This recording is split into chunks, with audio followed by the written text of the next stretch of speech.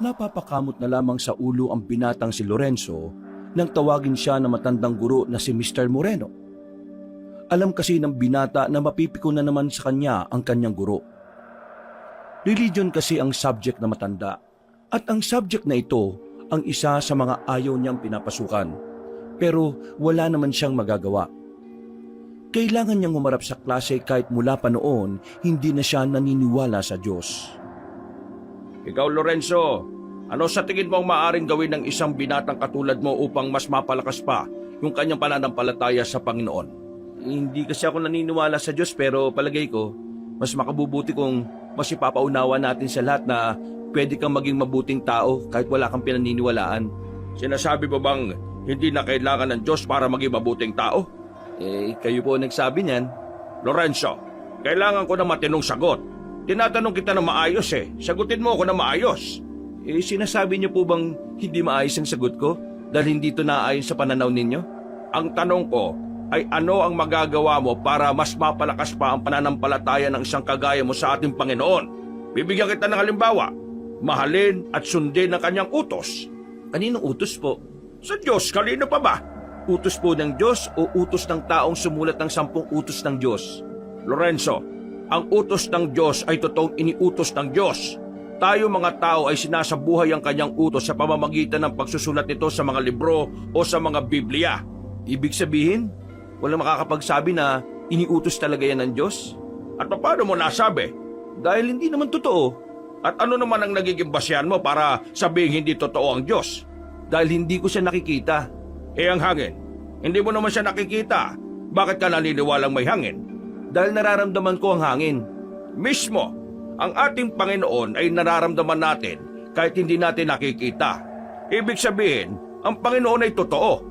Para lang din siyang hangin na nararamdaman natin. Ang hangin ay isang elemento na totoong nararamdaman ng isang tao gamit ang kanyang pandama. Ang Diyos mararamdaman depende sa paniniwala.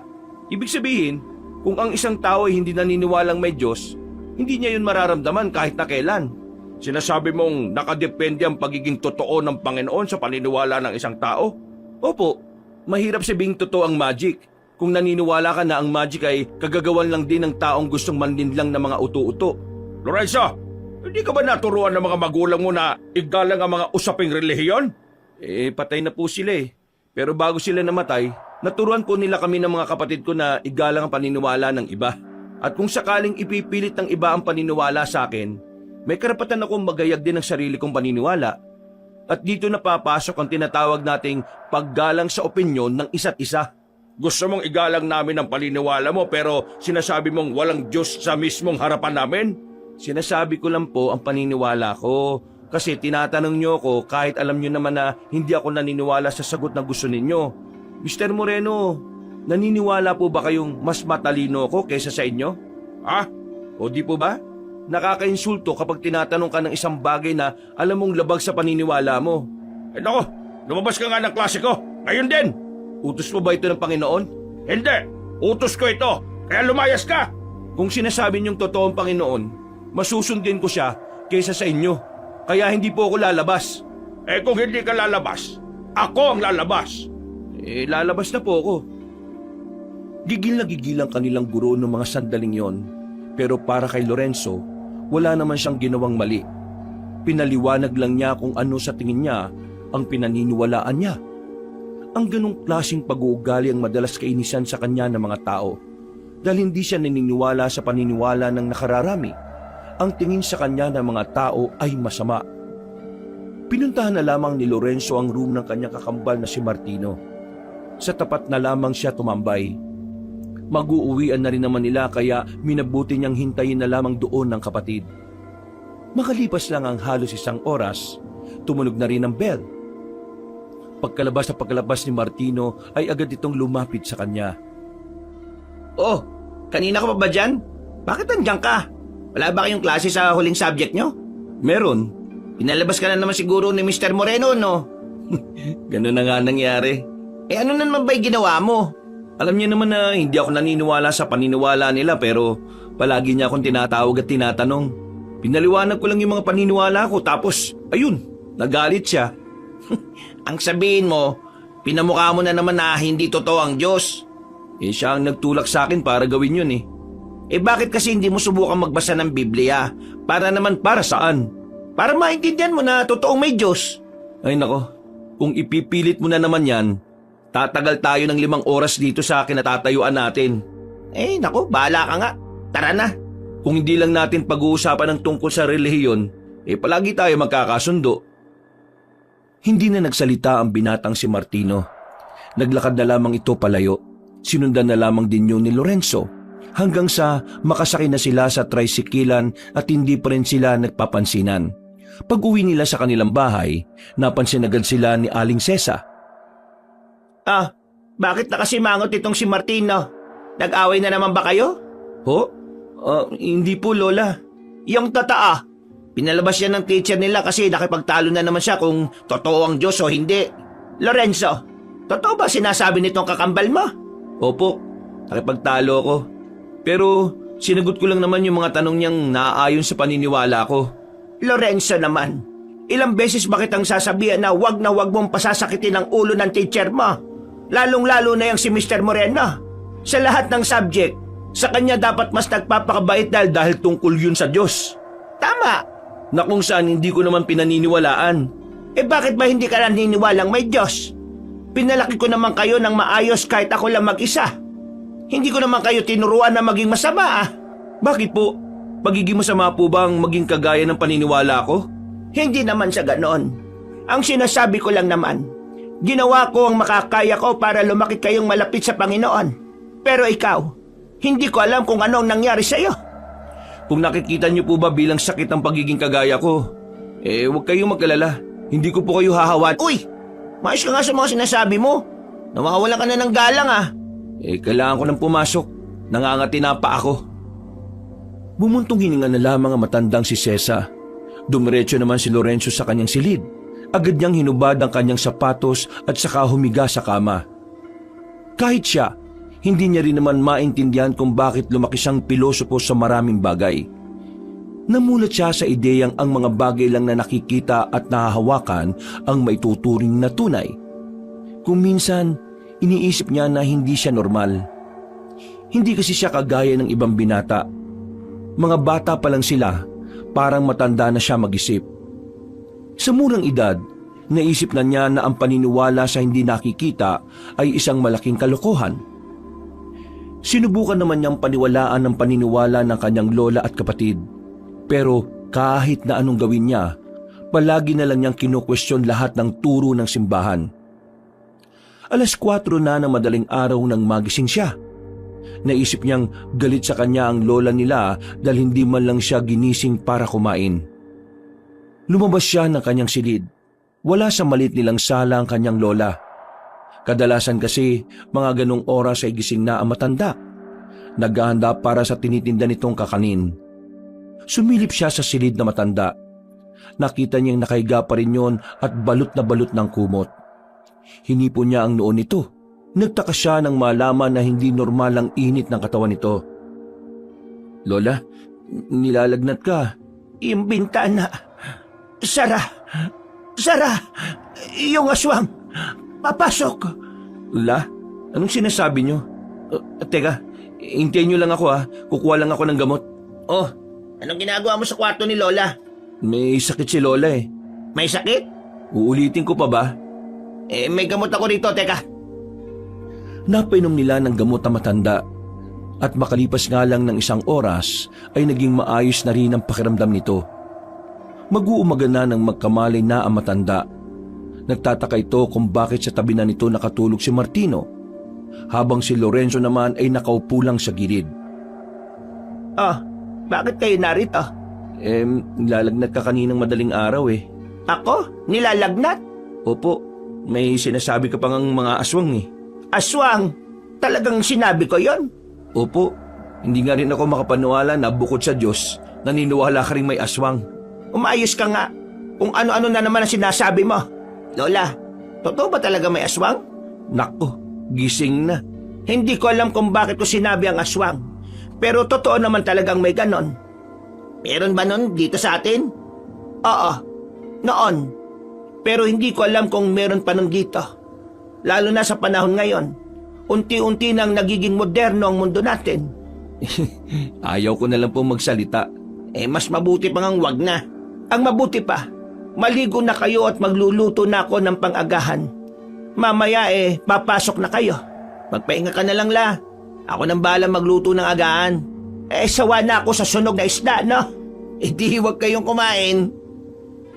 Napapailing na lamang si Martino. Lumabas na rin ito at sinimulan na rin lutuin ng kanilang agahan. Habang si Lorenzo, binabasa na lamang ang mga nakasulat sa kanyang notebook. Sa kalagitnaan ng kanyang pagbabasa, bigla niyang naisip ang aswang na sinabi ng kanyang lola. Hindi niya maintindihan kung bakit parang hindi yun mawala-wala sa kanyang isipan. Na kung tutuusin, hindi na niya dapat na binabalikan ng mga bagay na para sa kanya wala namang kwenta. Mabilis na lumipas sa mga oras. Matapos masigurong nasa maayos ng kalagayan ng kanilang lola, pumasok na rin sila sa kanilang paaralan. Normal lang na araw para kay Lorenzo ang bagay na yon. Kagaya ng laging nakasanayan, papasok siyang walang gaanong kinakausap. Magsasalita lang din naman siya kapag may kumakausap sa kanya. Ang ganong klase ng ugali ang naging dahilan kung bakit siya iniiwasan ng karamihan. Ang tingin kasi sa kanya ng mga tao, isa siyang malaking weirdo. Mag-isa ang binatang si Lorenzo nang sumapit na ang kanilang break time. Wala ni isa ang gustong makiupo sa kanya. Habang kumakain ay napansin niya si Mr. Moreno na papalapit sa kanya, dala ang binili nitong sandwich at tubig. Naghahanap talaga ito ng sakit ng ulo . Magandang araw, Lorenzo. Bakit mag-isa ka lang dito? Wala ka bang kaibigan? Kung meron, hindi ka naman makakaupo dyan. That's why mahalaga ang pakikihalubilo para magkaroon ka ng kaibigan. At ang pagkakaibigan ay nararapat lang na nakapagitna ang Diyos, kagaya na lang din ang relasyon ng babae at isang lalaki. Hindi ko naman kailangan ng kaibigan . Kaya ko mabuhay na mag-isa. Alam mo ba ang kasabihang No man is an island? Kasabihan niya ng mga taong takot mabuhay na mag-isa. Kasi hindi nila kayang walang inaasahan. Lorenzo, hindi ko alam kung anong pinanggagalingan ng mga sinasabi mo, pero sana patawarin ka ng Panginoon. Bakit to? Wala naman akong ginagawang mali .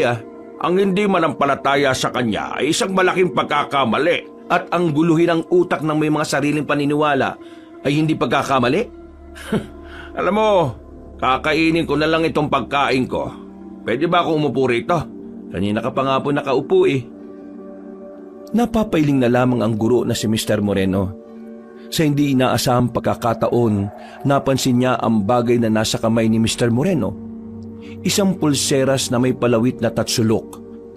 Kakaiba ang disenyong yun para kay Lorenzo, pero hindi na lamang niya pinansin. Mabilis na nagdaan ng mga oras, dumating na nga ang 5:00. Pagtunog pa lang ng bell ay nag-uunahan na agad ang mga estudyante sa paglabas. Habang naglalakad, napayuko na lamang siya nang makita ang binatang si Emil. Nakilala niya lamang ito sa isang event sa kanilang school. At mula noon, palagi na siya nitong kinakausap. Uy, Lorenzo! Long time no see . Seryoso? Araw-araw mo akong ginugulo, no? May gagawin ka ba mamaya? Gusto mo sumama? Ayoko. Sama ka na, ginsan lang naman . Bakit mo ba ako'y sinasama? Kasi magkaibigan tayo. Sinong nagsabi? Ako! Wes, nagkakamali ka. Bigla siyang inakbayan ni Emil dahil dito ay napansin na niya ang suot-suot nitong pulseras na kagaya ng kay Mr. Moreno. Nagsalubong ang kanyang kilay at saka inalis ang braso ng lalaki. Magsyota ba kayo ni Mr. Moreno? Huh? Wala. Uy, sandali lang! Sama ka na sa amin! Mag-ghost hunting kami! O pwede ring aswang hunting! Napatigil si Lorenzo. Narinig na naman niya kasi ang salitang aswang. Medyo iritado na siya sa bagay na yon, pero hindi niya alam kung bakit parang interesado siyang pag-usapan yon. Gaano katotoo ang aswang? Gaano katotoo? Kasing totoo ng dibdib ni Ma'am Dina. Isa ka rin pala sa nagpapantasya sa kanya. Iba na lang kausapin mo, hindi ako interesado. Bakit? Sino bang hindi magkakagusto kay Ma'am? Maganda, sexy, matalino, matangkad at maputi, di ba? Parang mas masarap pakinggan yung aswang kaysa sa mga sinabi mo eh. Hindi na hinintay pa ni Lorenzo na makapagsalita ang lalaking si Emil. Naglakad na rin ito ng mabilis. Hindi sila nagsabay umuwi ni Martino nung hapon na yon. Hindi pa rin kasi sila nagpapansinan. Habang naghihintay siya ng tricycle sa terminal, nakita niya ang babaeng guro na si Dina na nag-aabang din pala ng masasakyan. Sa hindi inaasahang pagkakataon, napansin niya ring may suot ng pulseras ito. At ang pulseras na yon ay kagayang-kagaya ng kina Emil at Mr. Moreno. Ang pangit naman ang disenyo ng pulseras na yon, pero bakit kaya maraming bumibili? Iiling-iling na lamang siya. Nang dumating na ang tricycle ay agad na rin siyang sumakay. Pag-uwi nila sa bahay nila, naabutan niyang naroon na pala si Martino. Nagpapakulo na ito ng tubig at hindi pa nakakapagpalit ng damit. Anong ulam? Mukha bang ulam ang nakasalang dito? Hindi naman yan ang dahilan kaya ako nagtatanong eh. Nagugutom na ako. Wala kang katulong dito, no? Kumilos ka na mag-isa. Bakit? Nasaan si Lola? May sakit na naman. Mabigat ang pakiramdam, mainit ang katawan. Natutulog? Kesa nagtatanong ka, bakit hindi mo nalang puntahan? Maya-maya. Lola, may sakit ka raw?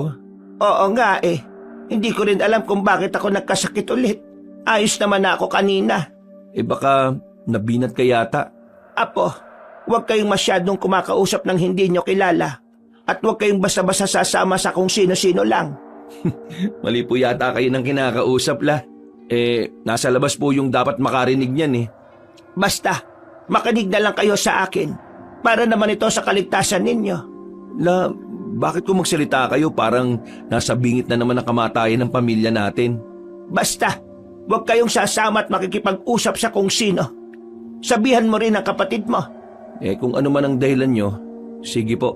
Hindi mawala-wala sa utak ko ang aswang. Yan na naman tayo eh. Totoo ang aswang. O tapos? Mapanganib ang mga aswang, Lorenzo. Balang araw, maiintindihan mo rin ang sinasabi ko. Paano ka maiintindihan yan eh? Wala namang pinaniniwalaan niyan kundi sarili niya lang. Bakit? Anong gusto mong paniwalaan ko? Yung kwento mong mas malabo pa sa sabaw ng dinuguan? Anong kwento? Kwento tungkol sa nakita mong mabilis gumalaw nung bata pa tayo. Bakit? Totoo naman talaga yung nakita kong yun eh. Kung ikaw lang ang nakakita, hindi yun totoo. Hindi mo nga magawang pagkatiwalaan sarili mo tapos gusto mo magtiwala kami sa'yo. Lola epal na naman. Kahit na kailan talaga, para kayong aso at pusa. Lumabas ka na nga muna, Lorenzo. Mag-uusap kami ni Lola. Bakit? Tungkol saan? Tungkol sa Diyos. Bakit? Interesado ka ba? Salamat na lang. Pumasok na lamang si Lorenzo sa kanyang silid. Binuksan na lamang niya ang libro niya. Nagbasa-basa na lang siya hanggang sumapit na ang gabi. Natigil na lang ang kanyang pagbabasa nang marinig niyang tila natataranta na si Martino sa sala. Lumabas ang binata. Pagtingin niya, nakita niyang binubuhat na ni Martino ang kanilang lola. Oh, anong nangyari? Bakit mo pinatulog sa sahig? Sira ulo ka ba? Naimatay si Lola. Tulungan mo ako. Dadaling ko siya sa albularyo. May sarili na bang ospital ang albularyo?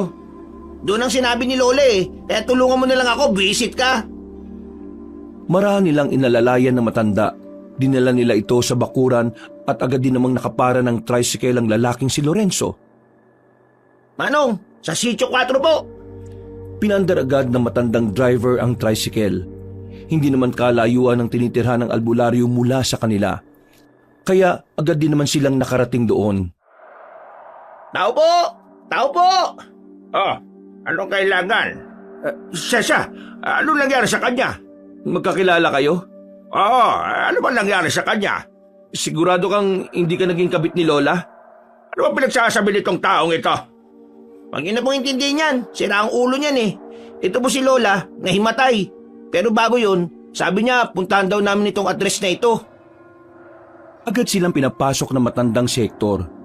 Inasikaso nito ang lola nila. Pinahiga sa papag at nilagyan ng kung ano-anong langis sa palad at sentido. Habang ginagawa ni Mang Hector ang panggagamot, napapasalubong na lamang ang kilay ni Lorenzo.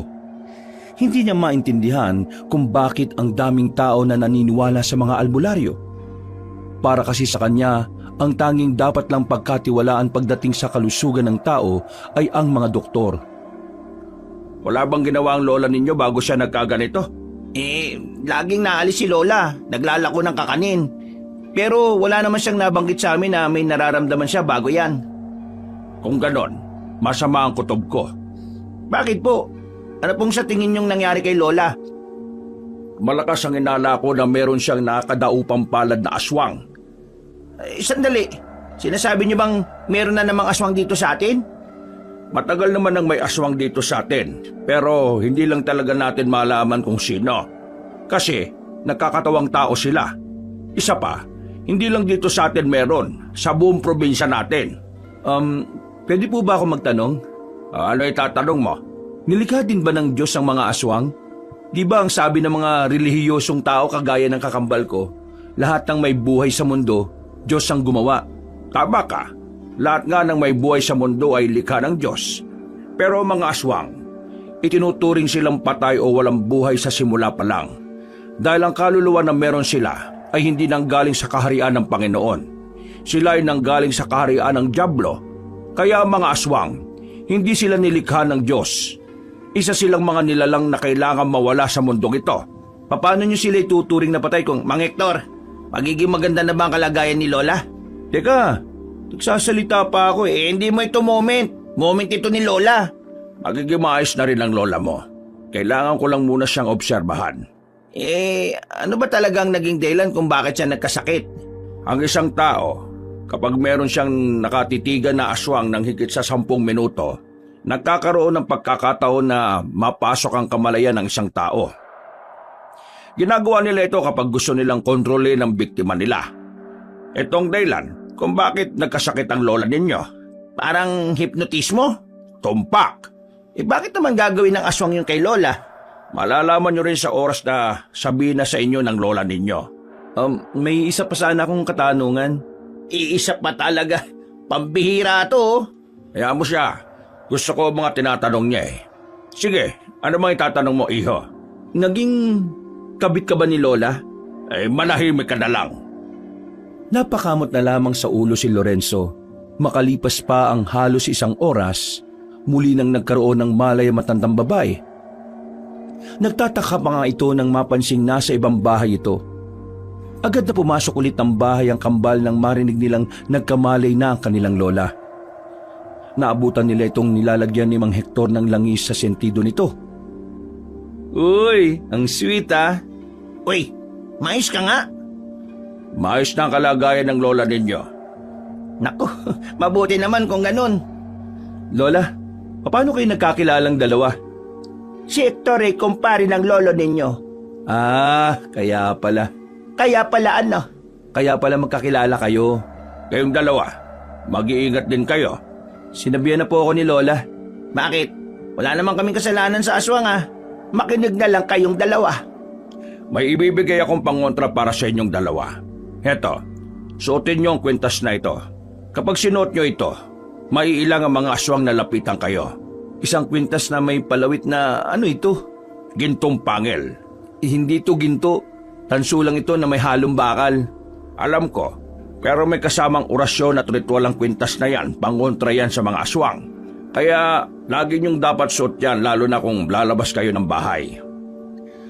Buntong hininga na lamang ang nagawa ni Lorenzo. Pinakita niyang isinuot niya ang kwintas. Pero ang totoo, pag-uwi nila ay agad niya rin naman itong inalis sa kanyang leeg. Hindi siya naniniwala sa mga ganoong bagay. Makalipas pa ang ilang araw, tuluyan ng gumanda ang pakiramdam na matandang si Cesa. Nakakapaglako na ulit ito ng mga tinda nitong kakanin. Si Lorenzo at Martino naman ay naging abala sa pag-aaral. Nalalapit na rin kasi ang kanilang exam. Ano na naman bang kailangan mo sa akin? Wala naman. Gusto lang kitang samahan kumain eh. Bawal ba? Hindi naman bawal pero ayoko. Ano? Di ka pa rin masasama sa aswang hunting? Hindi ko pala tapos dyan sa bagay na yan. Kulang pa kasi kami ng isa eh. Ayoko nga. Bakit ba kasi ayaw mo? Hindi mo ba nababalitaan? Ang alin? Si Ma'am Dina buntis? Hindi totoo yun. Hindi yun. Ang alin nga? Sa ibang level, may mga nawawalang estudyante. 4 na nawawala mula nung Lunes. Saan mo naman nabalitaan yan?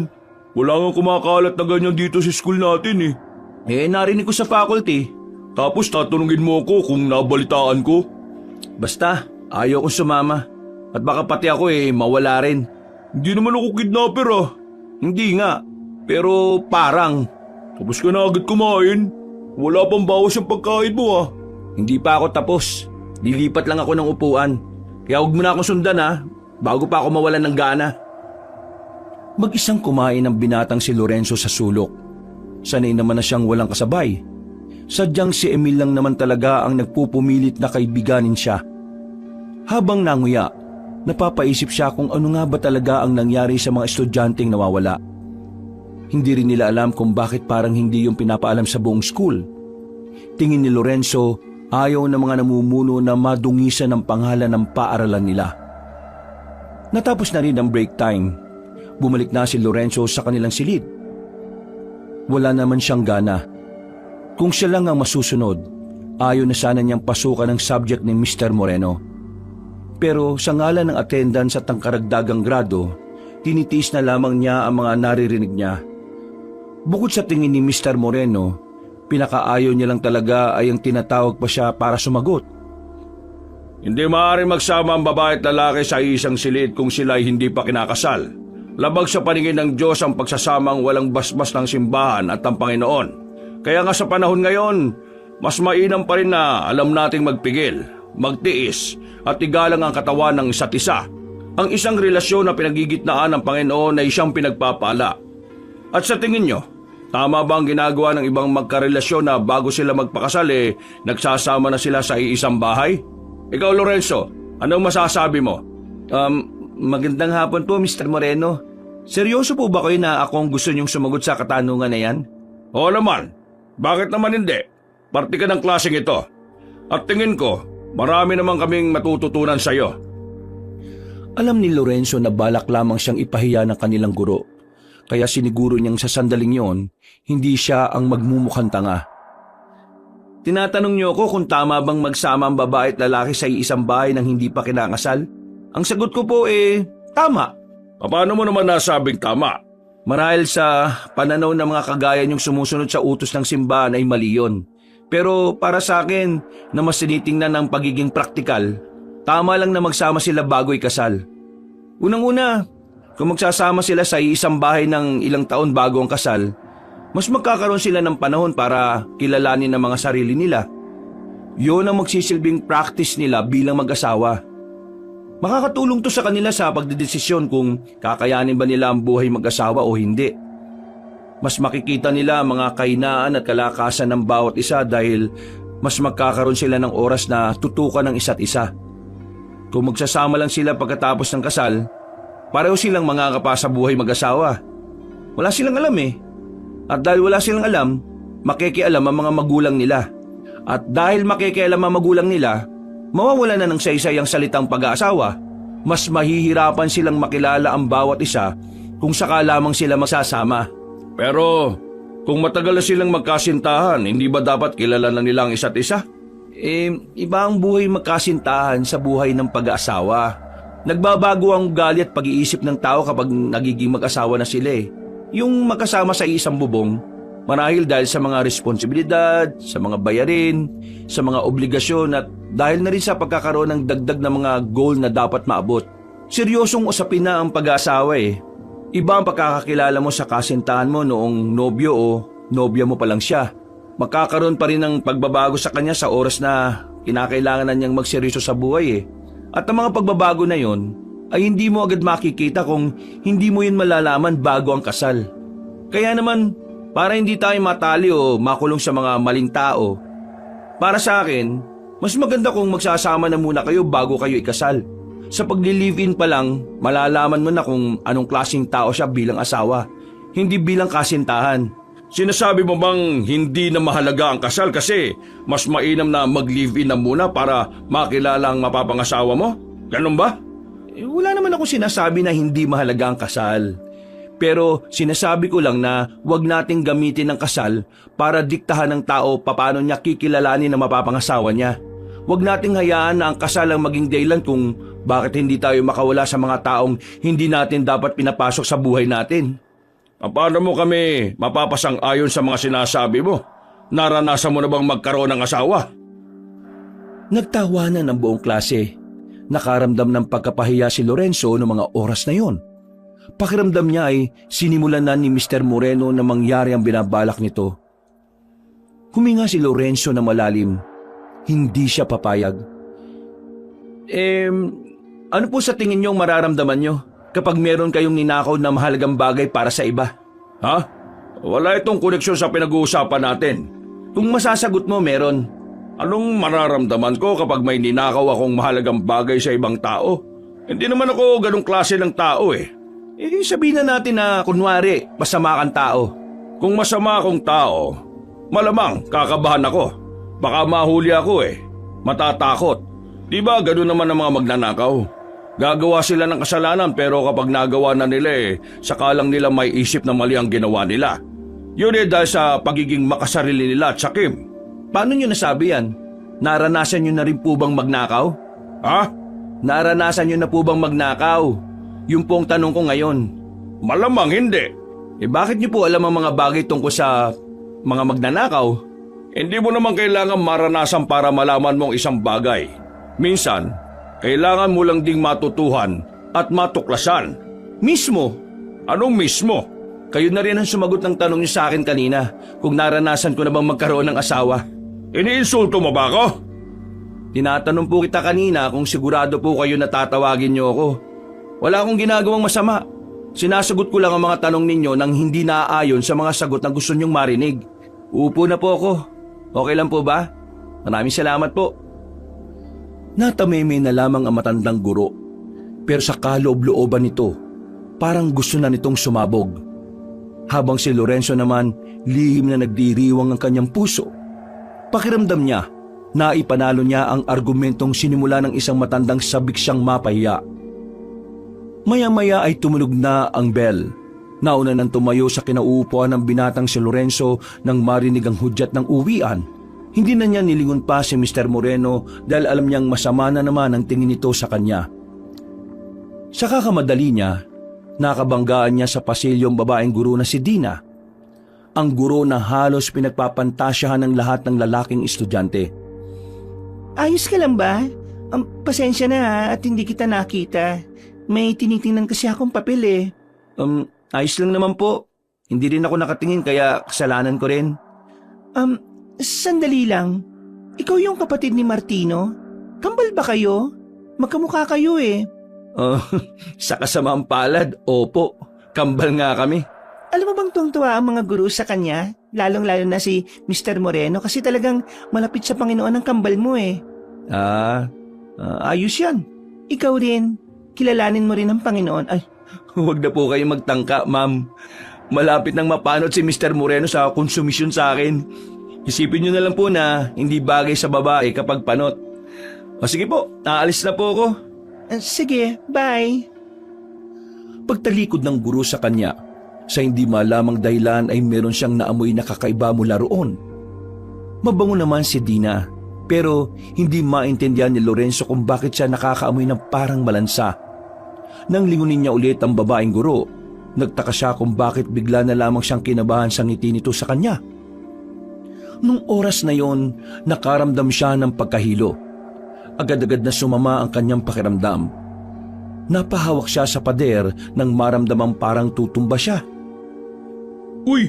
Anong nangyayari sa'yo? Nakita na lang niya si Emil sa gilid niya. Nakaalalay na ito sa kanya. Dinala siya nito sa klinik. Pagdating niya roon, naroon si Dina. Ang babaeng guro ang umasikaso sa kanya. Nung mga sandaling yon, nagtataka siya kung bakit ang bilis ng tibok ng kanyang puso. Dahil sa pagkahilo niya, hindi na niya gaanong naririnig ang pinag-uusapan ni Emil at Dina.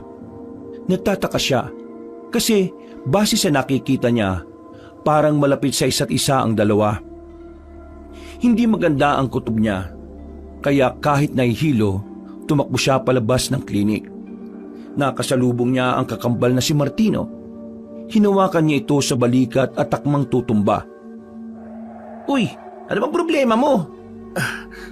Tulungan mo ako. Ano? Nahihilo ko eh. Uy, Lorenzo! Pumasok ka raw sa klinik, sabi ni Ma'am Dina. Ayoko. Uwi ako. Martino, alalayan mo ko. Gusto kong umuwi. Ayoko rito. May kakaiba sa school nito. Nagtataka ang lalaking si Martino. Kilala niya si Lorenzo. Alam niyang hindi basta-basta magsasalita ng kawirduhan ng kanyang kakambal kung wala lang. Kaya kahit na inis siya rito, inalalayan niya lang ito palabas sa kanilang paaralan. Agad silang sumakay sa tricycle. Nang makauwi, takang-taka ang kanilang lola sa kanila. Nag-alala itong lumapit sa kambal. Nang maiupo na ni Martino ang kakambal niya, ay sa kanan nito sinabi kung ano ang nangyari. Anong nangyari sa kanya? Bakit nanlalata itong si Lorenzo? Hindi ko alam dyan. Galing yan sa klinik kanina eh. Pero tumakbo palabas. Nakasalubong ko siyang ganyan na. Ayaw niya magpa-klinik. Mas gusto niyang umuwi. Lorenzo, anong nangyari? Anong masakit sa'yo? Bakit ganun siya? Nandito ba siya? Bakit ko siya naririnig? Uy, Buang. Sino bang sinasabi mo? Nandito na tayo sa bahay.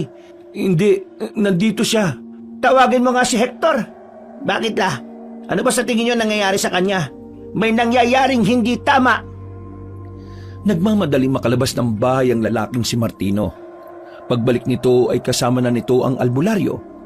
Agad nitong sinuri ang kalagayan ng binatang si Lorenzo.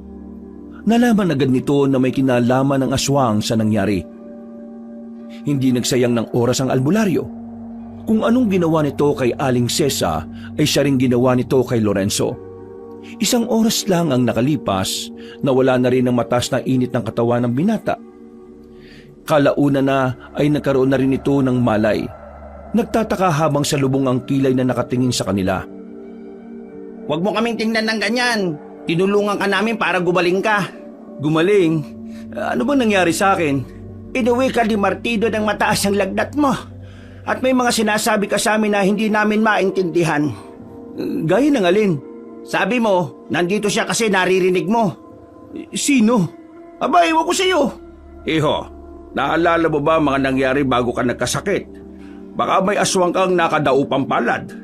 Wala akong aswang na nakadaupang palad kasi wala namang aswang. Isipin mong maigi. Bago ang nangyari, ano ang mga naalala mong tingin mo ay weirdo? Sino yung huli mong nakausap? Sandaling napaisip ang binatang si Lorenzo. Bigla na lamang bumalik sa isipan niya ang babaeng si Dina. Sa hindi malamang dahilan, bigla siyang nakaramdam ng kaba na hindi naman niya alam kung saan ang gagaling. Yung huli kong nakausap? Anong meron? Malaki ang tsansa na ang huli mong nakausap, siya ang aswang na balakang kunin. Si Martino lang yung huli kong nakausap habang nasa tricycle kami. Buang, nanlalata ka na nun. Ang sinasabi ni Mang Hector, yung huli mong nakausap bago ka magkaganon. Hindi ko maalala eh. Nagkaila na lamang ang binatang si Lorenzo. Bukod kasi sa hindi naman siya naniniwalang may aswang, gusto niya rin munang malaman kung ano ang kakaiba sa gurong si Dina. Hindi ko talaga maalala eh. Wag mo nang piliting maalala kung hindi mo talaga maalala. Hayaan mo na. Malalaman ko rin sa susunod na araw kung sino ang mga aswang dito. Marami ba sila, Mang Hector? Isa silang grupo. Pero hanggang sa ngayon, hindi ko pa rin alam kung sino-sino sila. Nanahimik na lamang si Lorenzo ng mga sandaling yon. Wala siyang interes na pakinggan ang mga sinasabi ni Mang Hector. Mas pinili na lang niyang magpahinga sa kanyang silid kaysa maniwalang totoo ang mga aswang. Habang nagpapahinga siya, pumasok sa silid niya ang kakambal na si Martino. Salubong ang kilay ni Lorenzo. Oh, anong kailangan mo? Alam kong may hindi ka sinasabi. Gaya ng ano? Gaya ng kung sino ang huli mong nakausap. Sabihin mo! Ang kulit mo. Sinabi ko na sa'yong hindi ko maalala. Nung nasa biyahe tayo pa uwi, narinig kong sinabi mo ang pangalan ni Ma'am Dina. Ha? Sinabi ko yun? Ang sabi mo, naririnig mo siyang nagsasalita, pero nasa biyahe na tayo nun. Ibig sabihin lang nun, nakausap mo si Ma'am Dina. O ano ngayon?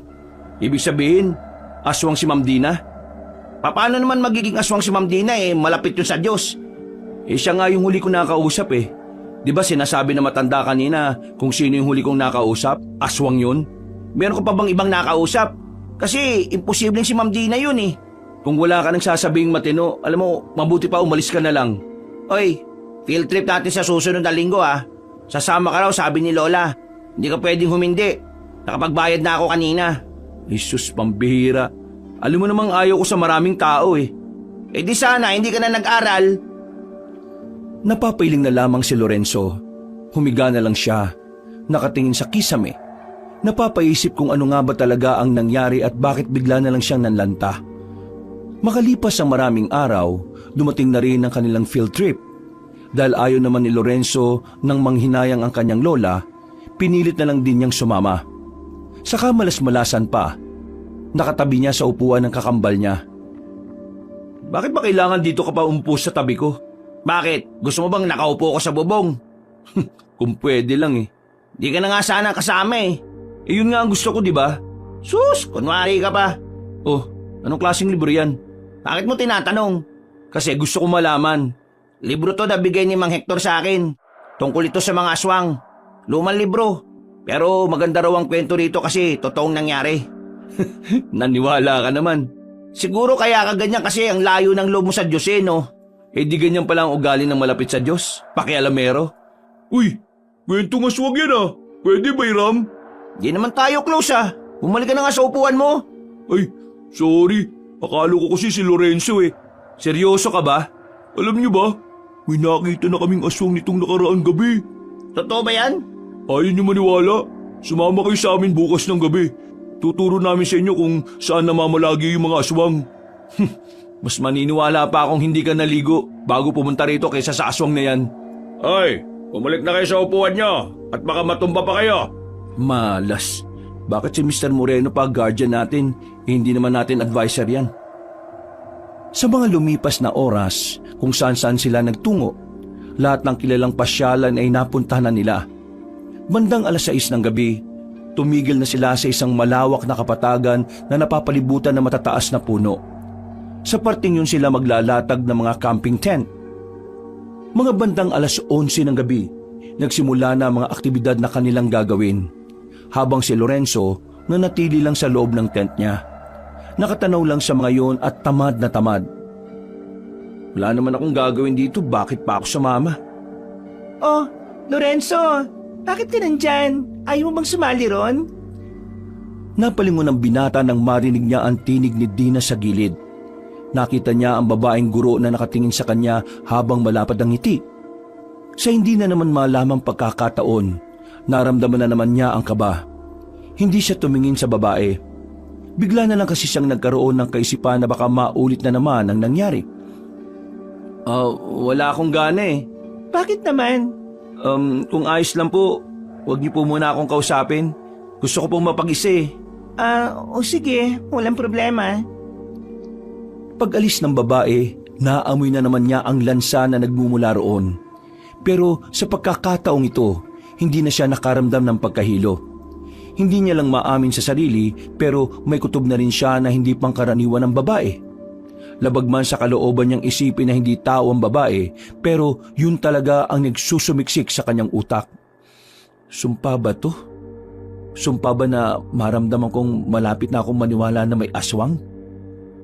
Noong mga sandaling yon, unti-unti na rin niyang tinitingnan ang anggulo na baka nga aswang si Dina. Iniisip na lang din niya na ito ang tamang pagkakataon para mapatunayan kung mali siya at tama sila Martino na totoo ang mga aswang. Kapag napatunayan kong totoo ang aswang, baka maniwala pa ako na totoo ang Diyos. Natulog na lamang si Lorenzo ng mga sandaling yon. Nagising siyang dakong 2:00 na ng madaling araw. Pagtingin niya sa gilid niya, nakatulog na pala ang kanyang kakambal sa gilid. Sumilip siya sa labas. Tulog na rin ang lahat. Tahimik na ang paligid. Pero nakita niya si Dina na nagmamadaling naglalakad na parabang meron itong pinagkakaabalahan. Sa ganung oras, para kay Lorenzo ay nakakapagtaka yun. Kaya naman hindi na rin niya napigilan ng sarili na sundan ng babaeng guro. Anong gagawin nun sa gubat? Kahit na mag-isa lang, walang naramdamang kaba si Lorenzo. Kinakain siya ng kanyang kuryosidad. Parang hindi matatahimik ang kanyang kalooban hanggat hindi niya nalalaman kung ano ang meron kay Dina. Nakapasok siya ng gubat. Madilim, tanging sinag lamang ng buwan ang nagsisilbing liwanag niya sa daan. Nakakainis. Bakit ko ba ito ginagawa? Sa kakalakad niya, bigla na lamang niyang narinig ang tinig ni Dina na tila may kinakausap. Gumilid siya at pinakinggan ang sinasabi ng babae. May sasama natin to sa mga bagong miyembro. Ang kaso nga lang, lumaban. May dalang baril tong mga ngaso na to eh. Dinali ko na bago pa siya nakapagpaputok ng baril. Nang marinig ni Lorenzo mga sinabing yun ng babae, mas lalo siyang naintriga.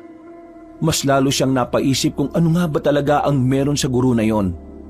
Maraan siyang naglakad, nakayuko at todo ingat sa bawat paghakbang. Pagsilip niya sa halamanan, nakita niya si Dina. Nakatayo habang nakatingin sa buwan. Wala na ang kausap nito, pero napansin ni Lorenzo na tila merong taong nakahiga sa lapag. Palagay niya, yun ang taong tinutukoy ni Dina ng mga ngaso. Hindi gumagalaw ang lalaki. Kinabahan siya nang mapagtanto na baka wala na yung buhay. Pero mas lalo siyang kinilabutan nang makitang bigla na lamang nilapa ni Dina ang lalaking wala ng buhay. Para itong leon na gutom na gutom. Nanlalaki ang kanyang mga mata. Sa puntong ito ay parang nakalimutan na niya ang sarili niyang paniniwala. Dahil sa nasaksihan niya, napatunayan na niyang totoo nga ang mga aswang. Gagi!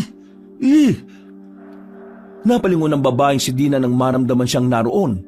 Medyo naaninagan niya ang itsura ng babae.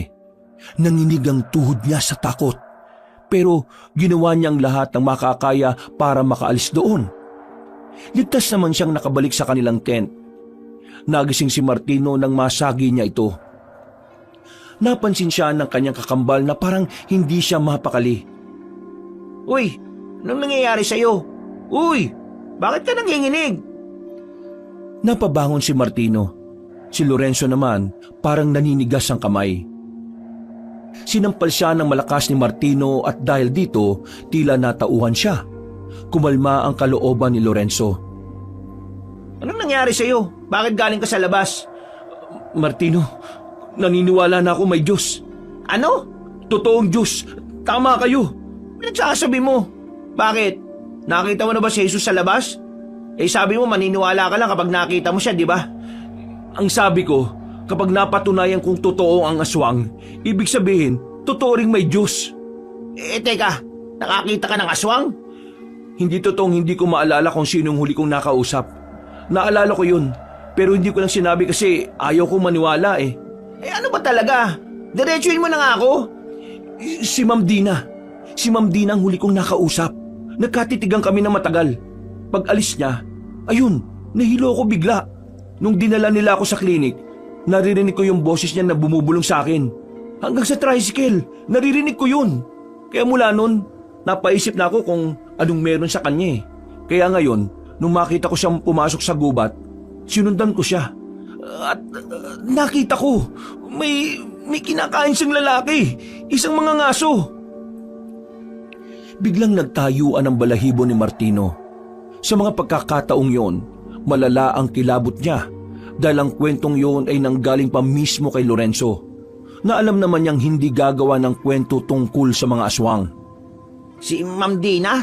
Aswang? Yun ang nakita ko, Martino. Bukod pa ron, minaamoy akong malansa sa kanya kahit na mukha naman siyang naligo. Malansa? Teka, tama. Anong tama? Nabasa ko kanina sa libro. Ang mga babaeng aswang daw, may amoy na malansa minsan. Ano yun? Amoy ng dalaw? Hindi. Amoy talaga yun ng mga babaeng aswang. Pero mahirap daw yung amoyin. Piling tao lang nakakaamoy. Yung mga taong may matatalas na pang-amoy. Ha? Ibig sabihin, aswang talaga si Ma'am Dina? Pambihira. Hindi ko inakala na maniniwala ako sa kabaliwan ninyo ni Lole. Hoy, hindi to kabaliwan no. Totoo to. Kailangan nating seryosohin to. Meron pa akong hindi sinasabi. Ano? Nitong nakaraan, narinig ko rin sa faculty, may mga estudyanteng nawawala. Hindi rin nila alam kung saan napadpad yung mga nawawalang estudyante na yun. Hindi lang talaga inilalabas ng school natin dahil masisira sila sa publiko eh. At tingin mo, may kinalaman ng aswang doon? Oo, ang pagkakarinig ko kasi kanina kay Ma'am Dina, May nabanggit siya na may pandagdag miyembro sana sila kung hindi lang niya napatay yung mga ngaso.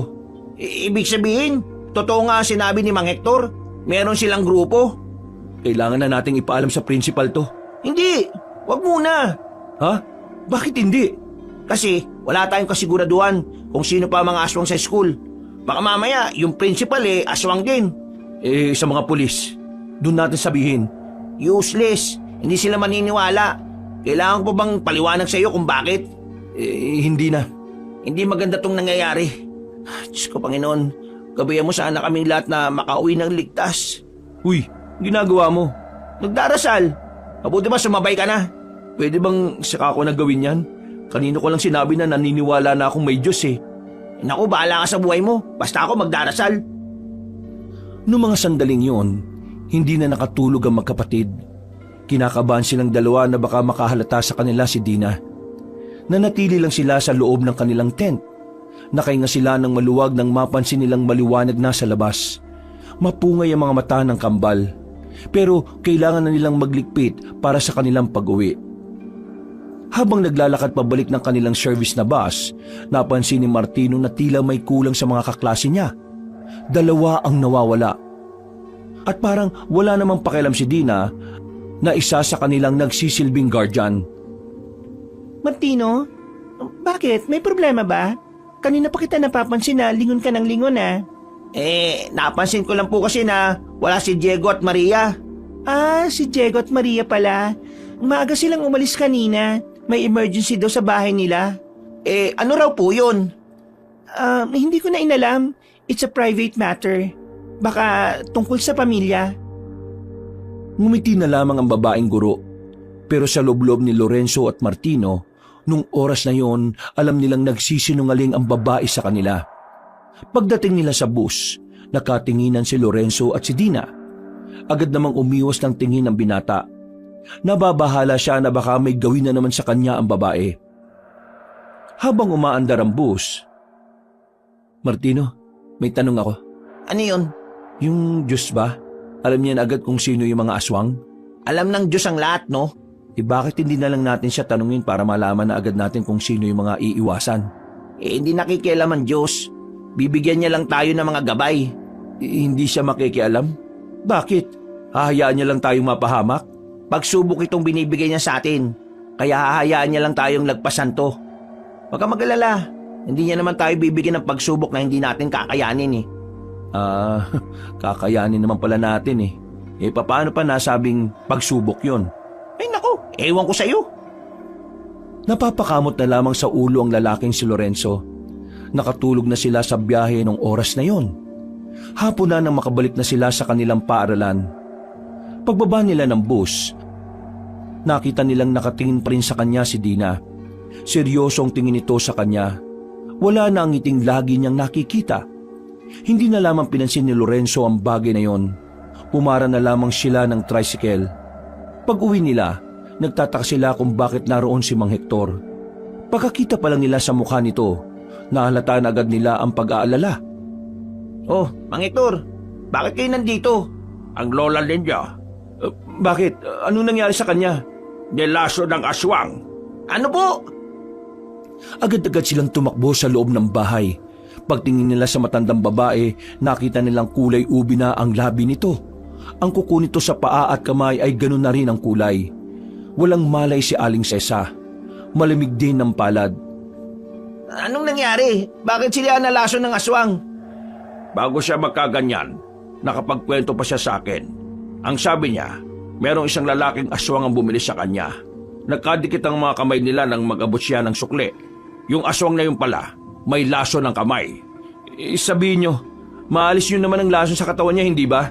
50-50 ang tsansa. Hindi naman kasi ito laso na parang tuklaw lang ng ahas. Yung laso na nasa katawan niya ay sa bibig dumaan. Ibig sabihin, mas madaling kakalat ang lason sa katawan. Anong gagawin nyo, Mang Hector? Yung gamot kasi na ginagawa ko natutunan ko lang sa tatay ko noon buhay pa siya. Ang kaso, ito ang unang pagkakataon na susubukan ko yon. Kaya hindi ko rin sigurado kung tatala ba o hindi. Sagutin nyo nga po ako. Bakit ba parang laging pinag-iinitan ng aswang si Lola? Wala ako sa posisyon para sagutin ang mga ganyang klase ng katanungan. Ang lola niyo lamang ang makakasagot niyan. E paano kung hindi na niya kayanin? Sino magsasabi sa amin? Huwag nga magsalita ng ganyan. Huwag na tayong maging tanga rito ah. Alam nating tatlo na walang tsak na tsansa kung makakaligtas siya sa laso na yan. Kaya ngayon, Mang Hector, sabihin niyo na sa amin kung ano man ang hindi pa namin alam. Pangako, kapag sinabi niyo, magdadasal na ako. Huminga ng malalim ang matandang si Hector. Sa uli ay wala na rin itong nagawa. Naisip na matanda na dapat na rin malaman ng kambal ang katotohanan, ang tungkol sa pagkatao ng kanilang lola. Ang lolo at lola ninyo, sila ang dating pinuno ng mga manunugis dito sa probinsya natin. Si Asmer, siya ang pinakapinuno. Siya ang nagmamando sa lahat ng manunugis para patayin ang mga aswang. Samantalang ang inyong lola naman, siya naman ang nagsasanay sa mga baguhang manunugis. Tinuturuan niya mga yon sa paghawak ng mga sandata. Si Cesar rin ang gumagawa ng magagandang gamot na pangontra sa mga aswang. Ang dahilan kung bakit ginugulo ng mga aswang ang lola ninyo ay dahil silang mag-asawa ang umubos sa angka ng mga aswang noong araw. Kung ganon, bakit inilihim ni Lola sa amin tungkol sa katauhan nila? Dahil nababahala ang lola ninyo na kapag nalaman nyo ang ginawa ng inyong lolo, baka magbago ang tingin nyo kay Asmer. Ano po bang ginawa niya? Noong araw, nakatira kaming lahat sa maliit na baryo. Yung mga kabaryo namin, biniyag sila ng mga aswang at ginawang kauri nila. Nang magharap-harap na sa labanan, pinagpapapatay ng lolo ninyo mga kabaryo namin. Mahirap yun para kay Asmer, pero kailangan niyang gawin dahil mga aswang na silang lahat. Pinatay niya ang lahat na mga kakilala namin na parang mga kapatid na rin ang turing niya sa mga yon. Ginawa niya yon kahit na masakit sa kalooban niya. Bago mamatay si Asmer, nakiusap siya sa amin na huwag ipapaalam sa pamilya ninyo ang nangyari. Ayaw ni Asmer na magmukha siyang masama dahil lang pinatay niya ang mga taong naging aswang. Wala naman nung mali sa ginawa ni Lolo eh. Kahit ako rin, ganun din ang gagawin ko. Pero hindi niyo masisisi ang lola ninyo. Dahil noong araw, lahat ng mga kasamahan naming manunugis ay kumalas. Sinisisi ang lolo ninyo. Nagalit silang lahat. May panahon pa raw kasi para makabalik sa pagiging tao mga aswang na yon, pero pinili niyang paslagin. Ang totoo, huli na ang lahat para sa mga kabaryo namin. Hindi na sila makakabalik sa dati dahil malakas na yanggaw ang ginawa sa kanila. Pero may iba pa bang dahilan kung bakit ayaw sabihin sa amin ni Lola ang tungkol doon? Ayaw niyang sumunod kayo sa yapak nila. Anong ibig niyang sabihin? Ayon sa talaan ng pamilya ninyo, ang henerasyon niyong dalawa ang magmamana ng nasimulan nilang dalawa. Ayaw na ni Cesar na dugtungan pa ang misyon na dapat ay tapos na. Ayaw niya kayong mapahamak. Bumuntong hininga na lamang si Lorenzo habang nakatingin sa kanyang lola, na wala pa ring malay. Matapos ang pag-uusap na yon, pinalabas na rin sila ni Mang Hector. Sisimulan na nitong gamutin si Cesar. Pansamantalang umalis na muna ng bahay si Lorenzo. Naglakad-lakad siya hanggang sa makarating na nga sa maliit na simbahan sa kanilang baryo. Hindi siya pumasok sa loob. Pakiramdam niya kasi wala siyang karapatan. Kung totoo ka talaga, pagalingin mo ang lola ko. Kapag pinagaling mo siya, ipapangako kong iaalay ko ang buhay ko sa paglilingkod sa'yo. Lahat isusugal ko. Pagalingin mo lang siya. Lakas ng loob kong sumugal ah. Palibasa, alam ko naman na hindi mo naman tutuparin tong hiling ko kasi di naman ako naniniwala sa'yo eh. Basta, kung totoo ka talagang Diyos at naririnig mo ako, pagalingin mo ang lola ko. Siya na lang ang meron kami ng kambal ko eh. Siya ang buhay namin.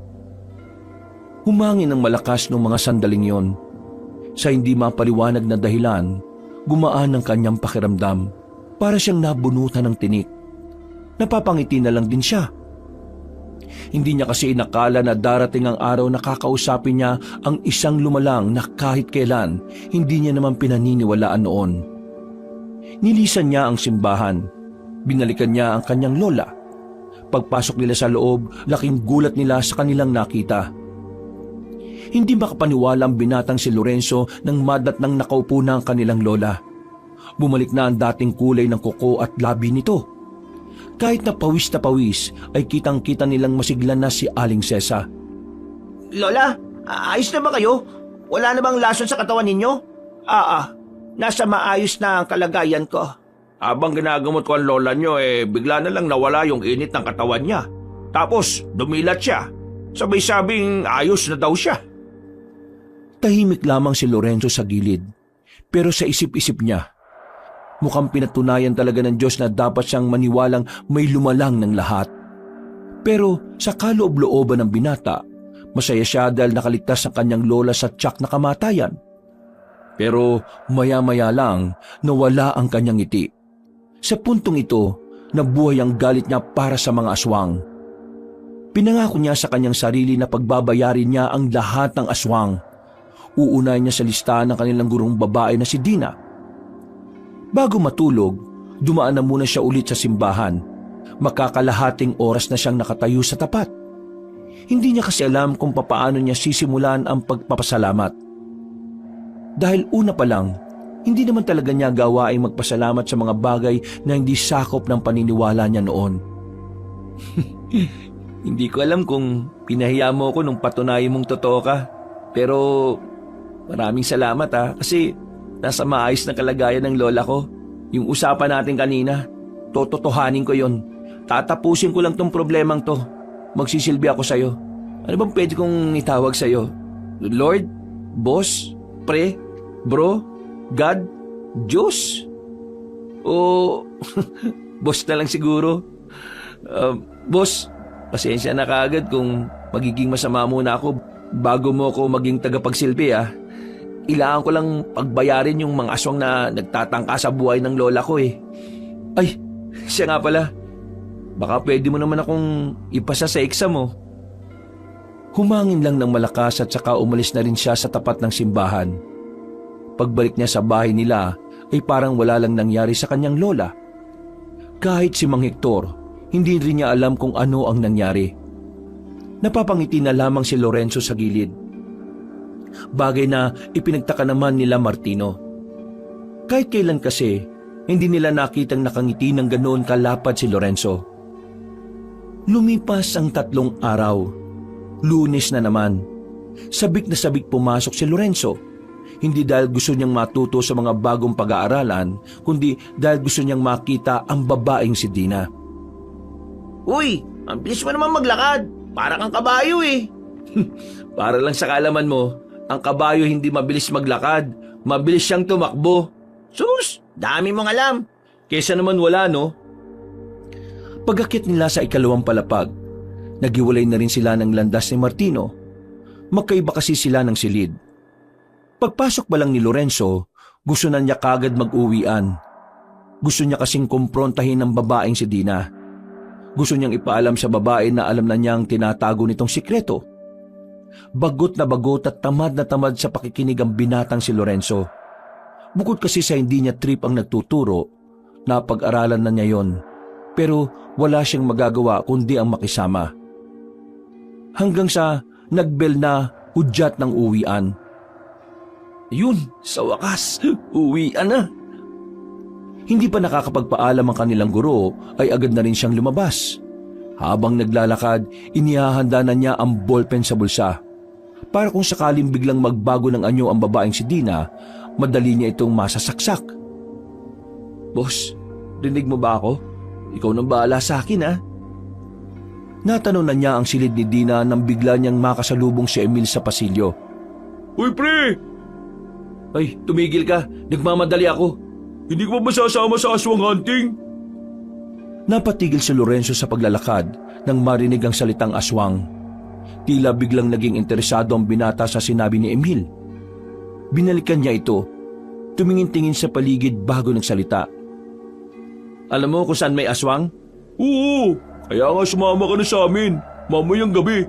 O saan magkikita-kita? Dito lang din sa tapat ng school natin. 10:00. O sige, sasama ako. Pero sa ngayon, hayaan mo ko. Nagmamadali ako Huy, ayos! Nang marating na ni Lorenzo ang room ni Dina, nagtaka siya dahil wala man lang katao-tao sa loob. Nung unay inakala niyang baka maagang nagpalabas ng estudyante ang babaeng guro. Hanggang sa narinig na lamang niya ang tinig ni Mr. Moreno. Anong ginagawa mo sa harapan ng silid ni Miss Dina? Gusto ko lang sana siyang makausap eh. At tungkol naman saan? Sekretary po ba kayo ni Ma'am Dina? Hindi. Pero bilang isang guro na gaya niya, Babalik na lang ako bukas. Sana maabutan ko na lang siya. wala na rito si Miss Dina. Anong ibig niyo sabihin? Hindi na siya papasok dito kahit na kailan. Bakit? Anong dahilan? Sa pagkakarinig ko, pinauwi na siya ng asawa niya sa Maynila. Taga Maynila siya? Kaya ako may ipapasabi ka sa kanya, pwede naman ako na magsabi. Meron naman akong numero niya eh. Pwede ko siyang hindi na. Kailan mo ba matututunan na patapusin muna ang kausap mong magsalita bago ka magsalita? Kapag nagkabuhok na kayo. Ay, siya nga pala. Naniniwala na ako sa Diyos. Wow! Magandang balita yan! Naglakad na paalis ang binatang si Lorenzo. Pinunta na lamang niya ang kanyang kakambal at saka sabay na rin silang umuwi. Dahil hindi niya nakausap si Dina, hindi matahimik ang kanyang kalooban. Kaya nang matapos na silang kumain, palim siyang lumabas ng kanilang bahay. Kahit 8:00 na ng gabi, pinuntahan niya pa rin ang bahay ni Mang Hector. Kapihira, ginulat mo naman ako. Bakit ka ba nakatayo dyan sa gilid para kang engkanto?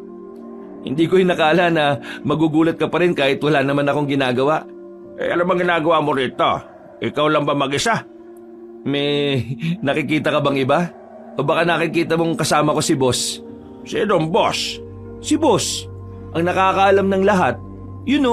Sa taas. Alam mo, Lorenzo, masaya akong naniniwala ka na may Diyos. Pero pwede ba? Diretsahin mo na ako kung may kailangan ka. Gusto kong bigyan niyo ako ng sandata. Sandata? Anuhin mo naman. Gusto kong pumuksa ng aswang eh. Sinasabi mo bang gusto mong sundan yung yapak ng lolo at lola mo? Wala naman akong sinasabi. Di kita matutulungan dyan. Bakit naman? Ayaw niyo bang mapuksa ang mga aswang? Bago mamatay ang lolo mo, nangako ko sa kanya na hanggang sa kanila na lang ang pagiging manunugis ng angkan ninyo. Hindi niya gusto na pati ang mga apo niya malagay din ang buhay sa panganib. Pero aminin man natin o hindi, kailangan natin patayin ng mga aswang. At wala nang ibang gagawa nun kundi kaming dalawa ni Martino. Gusto mo ba talagang maging manunugis? Sabihin na lang natin na gusto ko lang talagang iganti si Lola. Mang Hector, kailangan mo akong tulungan. Ilang estudyante na ang nawawala sa school namin. Malakas ang kutob ko na ginawa na rin silang aswang. O kaya naman, kinain na rin sila. Bakit ngayon mo lang ito sinasabi? Siguro dahil walang nagtatanong. Pambihira. O sige, tutulungan kita. Pero sa isang kondisyon. Anong kondisyon? Huwag mong ipapaalam kay Cesar na ginagawa ko ito. Mahayayari ako ron.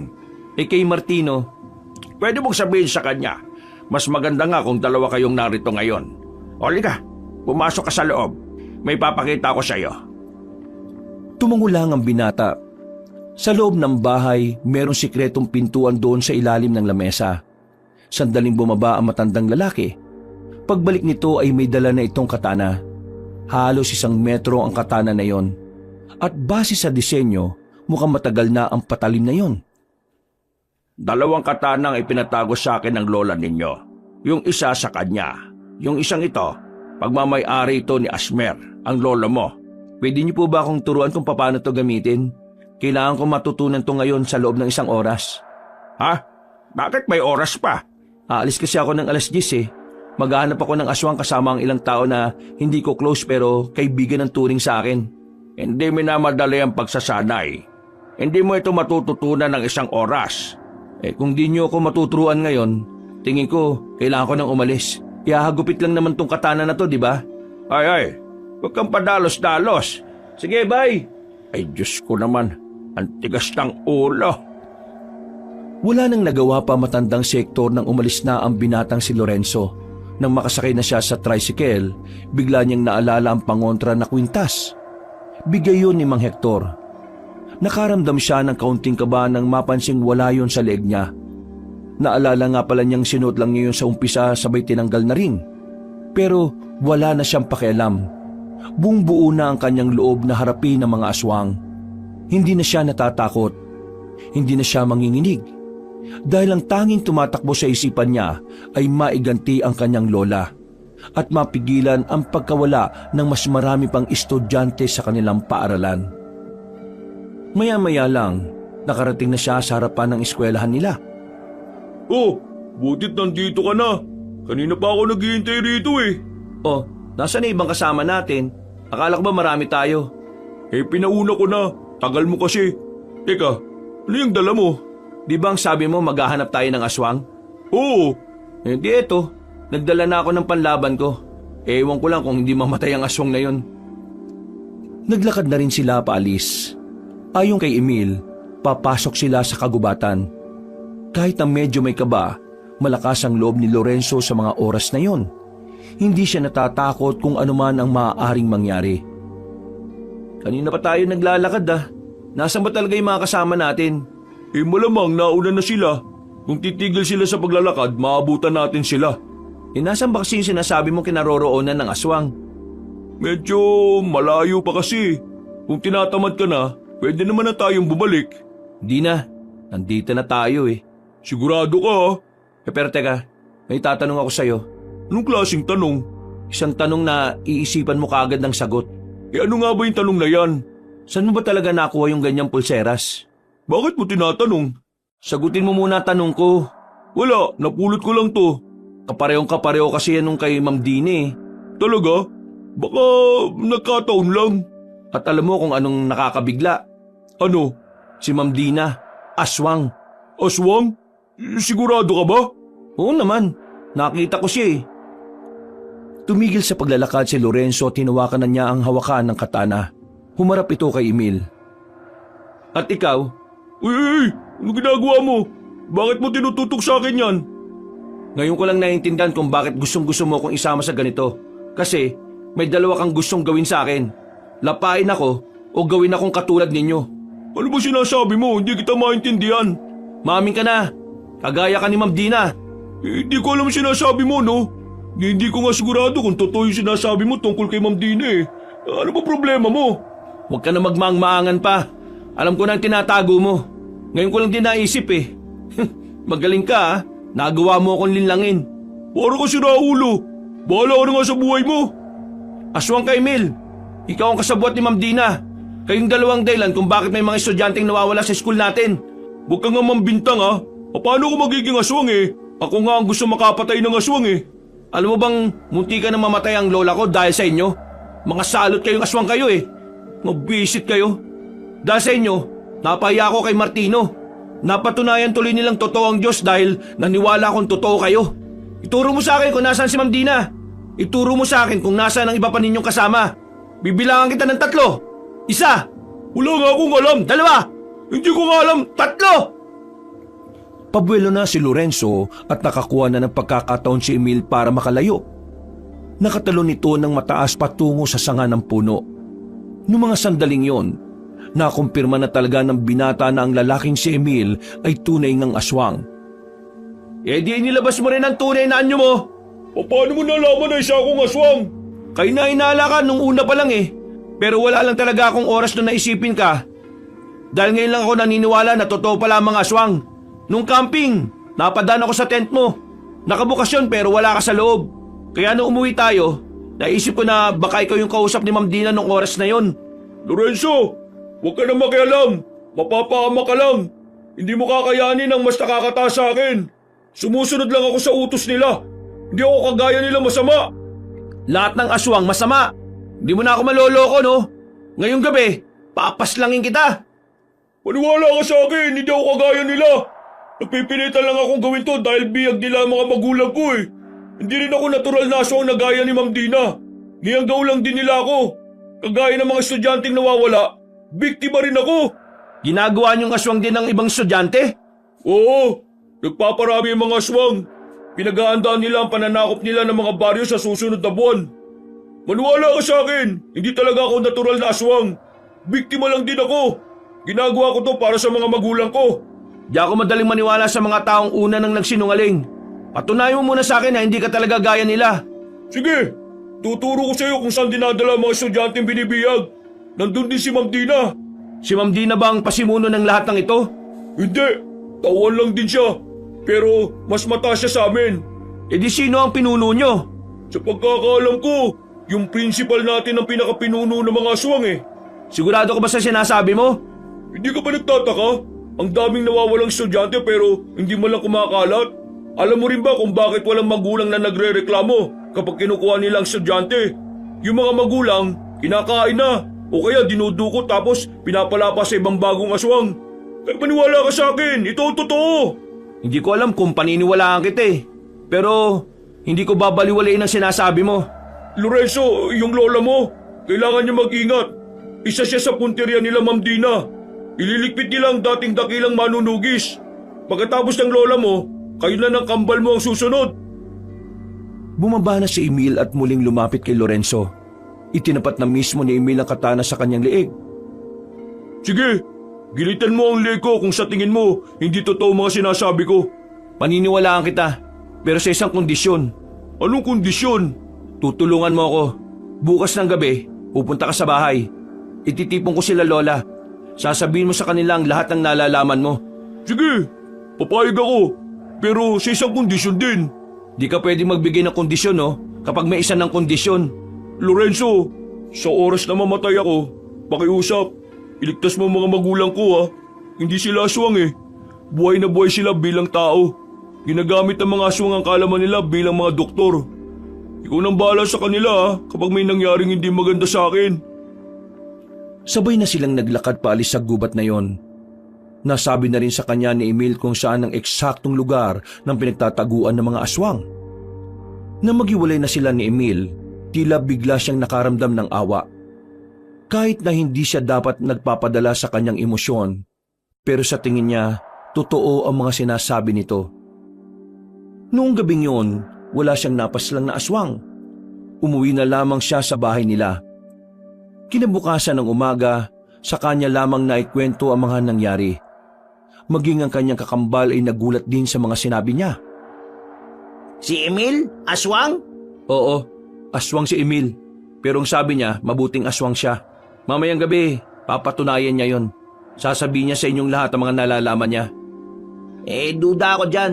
Kung talagang may nalalaman siya, dapat sa pag-uusap niyo pa lang sinabi na niya. Sasaga pa lang siya ng mga impormasyon eh. Sa kanya sasabihin mamayang gabi kung ano mga nalalaman niya. Wag na muna kayong pumasok. Ngayong alam na natin na may aswang sa paaralan ninyo. Hindi na kayo ligtas doon. Sesa, kailangan ko na yatang abisuhan ng tropa. Tropa? Ang ibang manunugis na naghihintay lang sa senyas ni Sesa. Pwede bang sumama ako? Total, nasa akin naman na ang katana ni Lolo eh. Pambihira naman to, nadulas pa. Iligay mo na kay Lorenzo ang katana ni Asmer. Ang kulit eh. Pasensya na. Ayos lang. Binigay ko na rin naman ng katana ko kay Martino. Teka, ayos na sa'yo na sundan nilang dalawang yapak ninyo. Naisip ko lang kasi na kung iiwasan nila ang kapalaran nila, baka mamatay lang sila ng walang kalaban-laban. Yun naman pala eh, di ayos na. Mang Hector, Lola, turuan niyo na kami. Napatungo na lamang ang dalawang matanda. Sa puntong yun ay nakaramdam na rin ng pagkasabik ang lalaking si Lorenzo. Hindi na siya makapaghintay na makapas lang ng aswang. Makalipas ang ilang oras, sumapit na rin ang kinagabihan. Makakasama sila sa bakuran habang naghihintay sa pagdating ni Emil. Pero mag-iisang oras na ay wala pa rin ito. Sigurado ka bang nagsasabi siya ng totoo? O baka tinakasan ka ng kaibigan mong yan? Kung hindi siya dumating ngayon, pinatunayan niya lang na masama nga siyang aswang. Sandali, siya na ba yun? Napatayo sila nang matanaw ang paggewang-gewang na tumatakbong lalaking si Emil. Nang makarating na ito sa kanilang bakuran, ay saka na ito bumagsak sa lapag. Nakanyong aswang pa ito, pero maraming sugat sa katawan at sumusuka na rin ang dugo. Emil, anong nangyari? Lorenzo, hindi ang principal natin ang pinuno. Alam ko na kung sino. Sino? Sabihin mo! Hindi na naituloy pa ng lalaking si Emil ang kanyang sasabihin nang di na nito kayanin ang dami ng hiwa sa katawan nito. Nalugutan na ito ng hininga at hindi na nila nalaman kung sino ang pinuno ng mga aswang. Kailangan natin siyang alisin agad dito. Kapag nakita ng mga tao na aswang siya, mag-iinala din sila na baka aswang din tayo. Anong gagawin natin sa kanya? Karaniwang sinusunog ang bangkay ng mga aswang. Pero dahil kaibigan mo naman siya, ililibing na lang natin siya. Sa likod bahay, doon na lang natin ilibing ang aswang na ito. Dati, hindi ako naniniwalang may Diyos at may aswang eh. Ngayon, kailangan kong maniwala na may aswang na mabuti. Inilibing nila ang lalaking si Emil. Kahit na papaano, nakakaramdam ng lungkot ang lalaking si Lorenzo. Hindi niya inakala na hahantong sa masaklap ang buhay ni Emil.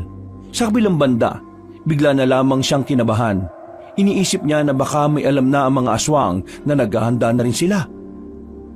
Kailangan ko na bang puntahan ng iba nating kasama, Sesa? Ipagpabukas mo na. Delikado kung ngayong gabi ka pa lalakad. Dumito ka na rin magpahinga. Maya-maya lang, pumasok na ang dalawang matanda sa loob ng bahay. Habang si Lorenzo naman, nasa harapan lang ng bahay. Nakatulala, malalim ang iniisip. Nilipitan ito ng kakambal niya at tinabihan. Naintindihan ko na may Diyos na nagbabantay sa atin. Ang hindi ko lang talaga maintindihan, bakit hinahayaan niyang mapahamak ang mabubuting nilalang? Hindi ko inaasahan na darating ang oras na mag-uusap tayo ng seryoso tungkol sa Diyos. Pero hindi hinayaan ng Diyos si Emil. Anong hindi hinayaan? Nakita mo naman, di ba? Namatay. Kapag ba aswang ka, kahit mabuti ka wala siyang pakialam. Lorenzo, hindi siya hinayaan ng Diyos. Ginabayan siya ng Diyos na tapusin ang misyon niya. At yun ay ang bigyan kanya ng babala laban sa mga aswang. Yun lang ang pinakamahalagang papel niya sa mundong ito. At dahil natapos na niya yon, mawawala na rin siya rito.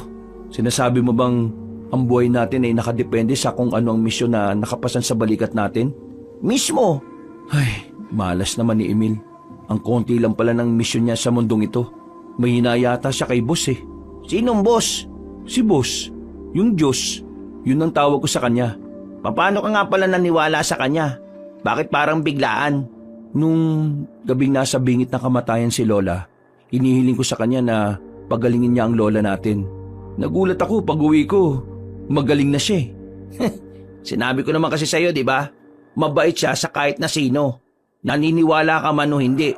Anak ang turing niya sa lahat. Napangiti na lamang ang lalaking si Lorenzo. Maya-maya lang din ay pumasok na rin sila sa loob. Kinabukasan, maagang umalis ng bahay ang matandang si Hector para puntahan ng iba pang manunugis. Habang ang kambal naman ay nanatili na muna sa bahay nila. Hindi sila pinapasok na matanda dahil ilalaan nila ang araw na yon para sa kanilang pag-iinsayo. La, naniniwala naman ako na dati kang manunugis pero matanda ka na ngayon eh. Baka hingaling ka sa pagtuturo sa amin. Minamaliit mo ba ako dahil sa edad ko? Hindi kita minamaliit, La. Gusto ko lang makasiguro na walang mangyayaring masama sa'yo sa oras na... Nagulat na lamang si Lorenzo nang biglang mabilis na kinuha sa kanya ni Aling Sesa ang katana. Itinutok ito agad sa liig niya. Kinabahan naman ang binata na parang hindi makagalaw. Ito ang palagi mong tatandaan, Lorenzo. Lahat ng nilalang na alam na maaari mong makatapat, hindi mo dapat minamaliit. Igagalang mo kung ano sila. Hindi lang yung pagbibigay respeto, kundi pagiging maingat na rin. Kapag wala kang kaalaman tungkol sa kaharap mo, ang una mong iisipin, malakas siya. Maaring kapantay mo o maaring masigit pa sa'yo. Ayos! Ang astig mo, La! Pinakaba mo naman ako eh. Akala ko makikita ko na si boss eh. Sige, simulan na natin. Dahil ang pagsasanay ay gagawin lang natin ng buong maghapon. At pagsapit ng gabi, gagamitin nyo na ang mga matututunan ninyo. Nagkatinginan ng kambal. Napangiti na lamang ang matandang babae. Maya-maya lang din sinimulan na nila ang kanilang pag-iinsayo. Hirap na hirap ang kambal. Kahit matanda na ang lola nila, hindi nila yun matalo sa laban. Isa laban sa dalawa. Pero hindi naging kalamangan para sa kambal ang kanilang bilang. Masakit ang kanilang katawan na matapos na ang ginagawa nila. Wala na silang oras. Ang mga susunod na sandali ay ang pagharap na sa mga kalaban. Kaya kahit na wala pa silang pahinga, tumungo na rin sila sa bahay ni Mang Hector. Naroon na rin ang iba pa nilang mga kasama. Nagtitipon na ang mga manunugis. Mga kasama, magbigay galang sa isa pa nating pinuno. Yumuko ang mga manunugis. Namangha naman ang kambal sa kanilang nakita. Hindi nila inaasahan na ganun kataas ang paggalang ng mga yon sa kanilang lola. Ang dalawang binatang yan ay ang apo ni Asmer at Sesa. Sila ang napipintong sumunod sa yapak ng mga pinuno natin. Hindi nyo kailangan magbigay galang. Wala pa naman kaming napapatunayan eh. Di hamak na may mga karanasan na kayo sa amin. Kaya kami ang dapat magbigay galang sa inyo. Martino, Bakit? yumuko ka rin. Wow! Iba pala epekto sa iyo ni boss, ano? Nagiging matino ka. Ngayong gabi, mabubuhay muli ang alitan na matagal na dapat natuldukan. Magaganap muli ang kaguluhan sa pagitan ng kabutihan at kasamaan. Ianda niyo mga sarili ninyo. Dahil ngayong gabi, pupuntahan natin ang mga aswang. Paumanhin sa inyong lahat. Dahil hindi ako makakasama sa inyong laban. Pero ipagdarasal ko kayo sa Diyos Ama na sana tagumpay ang kasama ninyo sa inyong pagbabalik. Pagkatapos ng sandaling pagtitipon, umalis na rin si Aling Sesa kasama ang ibang manunugis. Inihatid ito patungo sa may ligtas na lugar. Maya-maya pa, sinimulan na rin nila ang paglalakbay. Martino, Bakit? hindi pa rin ako makapaniwala eh. Makapaniwala na alin? Eto, nandito tayo.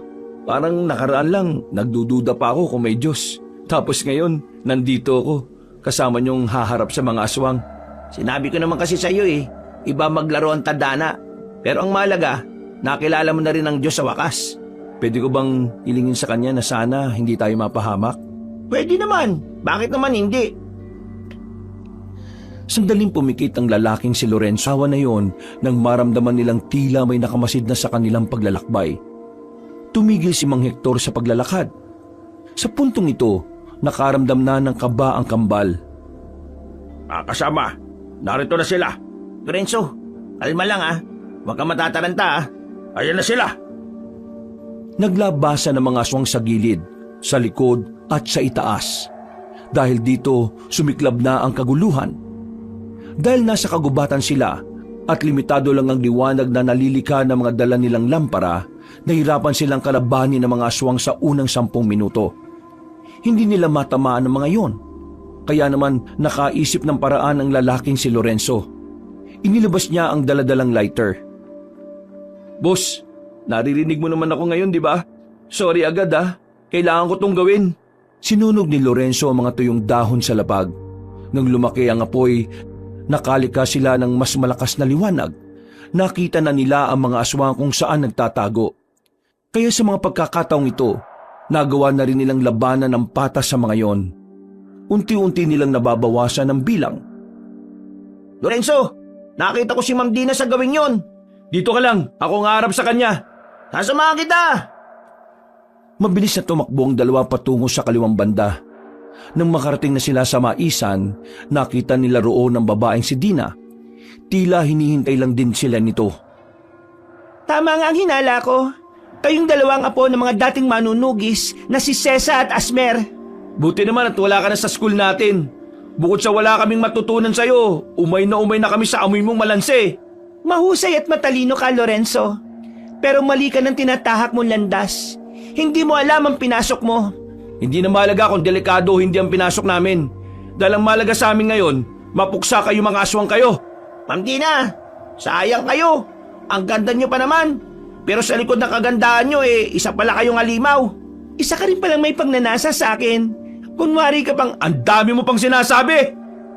Pinukul ni Lorenzo ang nadampot na bato sa direksyon ng aswang na si Dina. Tinamaan niya ito sa mukha, dahilan para mahilo agad ang babae. Papaslangin ko kayo! Gumapang na mabilis si Dina. Nang makalapit na ito sa kanya, tumalon ito na mataas. Nahawakan nito si Martino. Nakalmot nito si Martino sa balikat. Pero mabuti na lang ay nadaplisan lang ito dahil nagawa nitong makailag. Ayos ka lang? Pag mo akong intindihin. Muling umatake ang aswang na si Dina.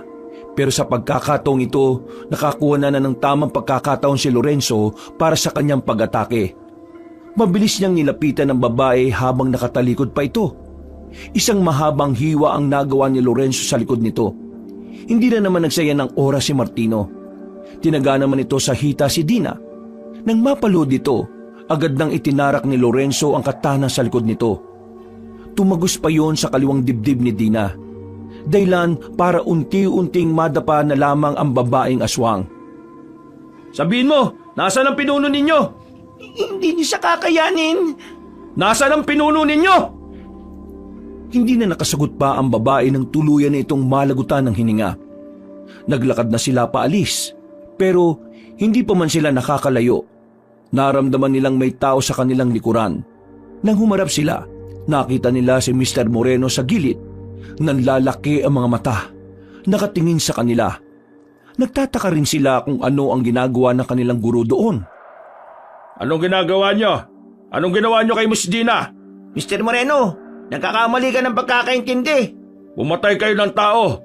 Nilabag nyo ang kautusan ng Panginoon. Masasama kayo, mga dyablo! Paano ka napadpad dyan?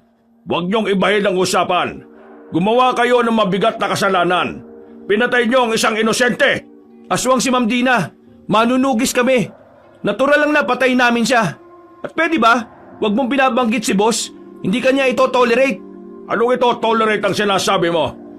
Yang pulseras mo. Yan ang simbolo ng samahan ng mga aswang. Tama ba ako? Sa isang iglap, nagbago ang reaksyon ng mukha ni Mr. Moreno. Bigla na lamang itong nagpakita ng nakalolokong ngiti. Isang ngiti na makikitaan ng masamang balak. Tama nga ang hinala ko. Ikaw yon. Ikaw ang pinuno ng mga aswang. Ha! Magaling ka talaga, Lorenzo. Pinapahanga mo talaga ako palagi Kung kailan naniniwala na ako may Diyos, saka ko pa naalaman na hindi naman pala tayo iisa ng pinaniniwala ang Diyos. Ang lakas ng loob mong magtago sa pagiging relihiyoso. Ikaw pala ang demonyo. Nalinlang kita. Nalinlang ko kayo. Pero hindi ko rin talaga inakala na kayo pala ang dapat kong inuna. Ang isa sa mga punterya ko ay matagal ko na palang nakakadaupang palat. Mahusay! Nilinlang nyo rin ako. Anong nilinlang? Hindi rin naman namin alam na manunugis ang pinagmulan namin eh. Buwang ka rin eh, no? Saan mo dinala ang mga estudyanteng dinudukot ninyo? Malalaman mo lang yon kung matatalo nyo ako. Aray! Nagulat na lamang sila na may bumaon na palaso sa bandang liig na matandang si Moreno. Tinira na pala ito ng palaso ni Mang Hector. Dahil dito, dumistansya na muna si Mr. Moreno. Pinutol nito ang palaso. Hindi na pala ako asintado ngayon. Iba na talaga kapag may edad na eh. O ikaw, hindi kita kilala, pero hindi ka namin sasantuin. Nagalit si Mr. Moreno. Nagpalit na ito ng anyo bilang aswang. Mabilis itong nakalapit. Nilagpasan nito ang kambal. Diretso kay Mang Hector si Mr. Moreno. Isang mahabang kalmot agad ang nagawa ng pinunong aswang. Tumba agad si Mang Hector. Agad namang rumisponde ang kambal. Tinaga nila si Mr. Moreno. Pero nagawa sila nitong iwasan. Nang makabuelo, muli silang inatake ni Mr. Moreno. Tapis agad ang balat ni Lorenzo sa balikat. Habang si Martino naman, nadaplisan sa braso ng kalmot. Aminado sila na kakaiba si Mr. Moreno kumpara sa mga una nilang nakatapat. Kahit si Mang Hector, alam din na hindi basta-basta ang pinuno ng mga aswang. Pero kahit na ganon, hindi nagpatinag ang lalaking si Lorenzo. Parang hindi niya nararamdaman ang sugat na tinatamo niya. Dali-dali siyang lumapit ulit kay Mr. Moreno. Tinaga niya ng katana ang pinunong aswang. Pero sa kasamaang palad, hindi niya naman ito tinamaan. Sinubukan niya pa ulit hatawin, pero nahawakan ni Mr. Moreno ang kamay niya. Matagal na ako nagtitimpi sa pagiging bastos mo sa akin, Lorenzo. Ito na ang tamang pagkakataon. Dahil wala na tayo sa paaralan. Pwede na kitang patayin. Hindi mo pwedeng gawin yan! Paglingon ni Mr. Moreno sa gilid, naroon na si Martino. Nagawa ni Mr. Moreno na salagi ng pagtaga ng binata. Pero nabitiwan naman nito si Lorenzo. Sinamantala na ni Lorenzo ang pagkakataon. Itinarak niya ang katana sa tiyan ni Mr. Moreno. At habang nangyayari naman yon, nagawa pa rin ni Mang Hector na makatulong. Tinira ulit nito ng palaso si Mr. Moreno. Sa pagkakataong yon, sa kaliwang dibdib na yon bumaon. Bullseye! Hindi pa nakontento si Lorenzo. Hinugot niya ang katana at saka itinarak ulit kung saan naroon din ang nakatarak na palaso. Tinulak sila ni Mr. Moreno. Dumistansya ito sa kanila. Anong akala nyo? Mapapatay nyo ako sa ganitong paraan? Hindi ako magiging pinuno kung sa simpleng saksak lang mamamatay na ako. Aabante pa sana si Mr. Moreno nang bigla itong sumuka ng dugo. Kalaunan, makakasunod na ubo na lamang ang nagawa nito. May laso na ang pangalawang palasyo na pinatama ko sa'yo. Yung una, sinadya kong wala para maging kampante ka't isipin mong hindi ka mamamatay sa palasyo. Mr. Moreno, talo ka na! Mukhang kailangan mo nang magpaalam. Hindi ka ililigtas ng kinikilala mong Diyos, no? Kahit na kailan talaga, malaking hadlang ang mga tao sa mga hangarin namin. Hindi ako makapaniwala. Nasayang lang ang maraming taon ng pagpaplano ko. Mr. Moreno, magpahinga ka na! Hanggang dito na lang ang misyon mo sa mundo! Lumakas ng lumakas ang ubo ni Mr. Moreno. Parami na rin ang parami ang dugong isinusuka nito. Lumalambot na rin ang tuhod nito. Nahihilo at nawawalan ng balanse. Bakit ayaw niyo pa akong tapusin? Di ba ito naman ang pinakahihintay ninyo? Ibinibigay na namin ang ilang minuto na natitira sa buhay mo. Mabait pa rin naman kami sa iyo kahit nakampun ka pa ng demonyo. Yung mga biyag na estudyante, kung dediretsuhin niyo ito, ay may makikita kayong malaking bahay. Hanapin niyo ang basement. Naroon silang lahat. Lorenzo, maraming salamat. Ngayon, naiintindihan ko na kung bakit makapangyarihan ang pagmamahal ng mga tao. Bigla na itong bumagsak. Hindi na ito makapagsalita. Nangingisay-ngisay na rin ito. Kalaunan, hindi na rin ito gumagalaw. Tuluyan na itong nalagutan ng hininga. Ayos lang ba kayo? Tuklap ang balat mo. May kalmot ako. At may maabang sugat si Mang Hector. Tapos, magtatanong ka kung ayos lang kami? Tulungan niyo na ako makatayo. Inalalayan nila ang matanda. Nang balikan nila ang kanilang mga kasama ay natalo na nila ang mga aswang. Marami ang sugatan sa kanila. Merong kritikal pero nailigtas din naman. Masaya silang nakabalik sa baryo. Bitbit nila ang tagumpay. Walang paglagyan ang kalooban ni Lorenzo. Dahil sa wakas, hindi na mangangamba ang kanilang lola tuwing matutulog sa gabi. Makalipas ang halos isang buwan, nakarecover na rin sila. Pansamantalang natigil ang kanilang pag-aaral. Wala na rin kasi ang kanilang principal. Nakasama ito sa mga namatay sa labanan. Ang mga estudyante namang ilang araw nang nawawala, naibalik na rin sa kanilang mga magulang. Mga apo, hanggang ngayon, hindi pa rin ako makapaniwala na kinaya niyong makipagsabayan sa mga manunugis. Masaya ako at proud ako sa ginawa ninyo. Talagang nananalaytay ang pagiging mandirigma sa dugo ninyo. Ang tanong ngayon, ipagpapatuloy niyo ba ang nasimulan ng inyong lolo at lola? Habang nag-aaral, itutuloy ko ang pagiging manunugis. Gusto kong magbigay pugay sa nagawa ni lolo at lola. Ikaw, Lorenzo. Mang Hector, pasensya na pero tingin ko, hindi ko na may tutuloy ang pagiging manunugis. Wala namang problema kung yan ang desisyon mo. Pero pwede bang naming malaman kung bakit? Nangako ko kay boss na pag natapos na ang gulo, magsisilbi ako sa kanya.